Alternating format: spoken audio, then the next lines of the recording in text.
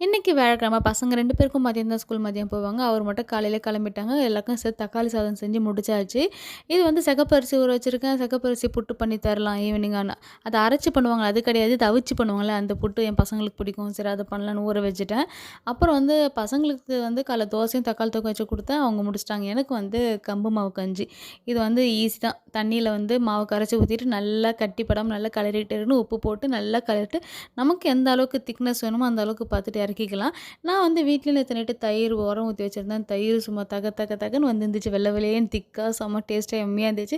அப்படியே அதில வந்து அது ஒரு 1 1/2 ஸ்பூன் போட்டு நல்லா கலக்கி குடுத்தேன். இது வந்து அப்படியே சாப்பிட்டேன். இது கூட வந்து நான் மோர் மிளகு வச்சு சாப்பிட்டேன். ஆனா உண்மையா சொல்றேன் இதான் ஃபர்ஸ்ட் டைம் ட்ரை பண்ணேன். நல்லா இருந்தது. எனக்கு பிடிச்சிருந்தது. எனக்கு என்னன்னா கொஞ்சம் சாப்பிடும்போதே வயிறு திம்முன்னு ஆயிடுச்சு. இனிமே செய்யும்போது கொஞ்சமா செய்யணும் அப்படின்ற மாரி தான் இருக்கேன். இது ஹெல்த்தி ரெசிபி தான். ட்ரை பண்ணி பாருங்க. இன்னைக்கான வீடியோ தான் எனக்கு என்னன்னு பார்ப்போம். பாய்.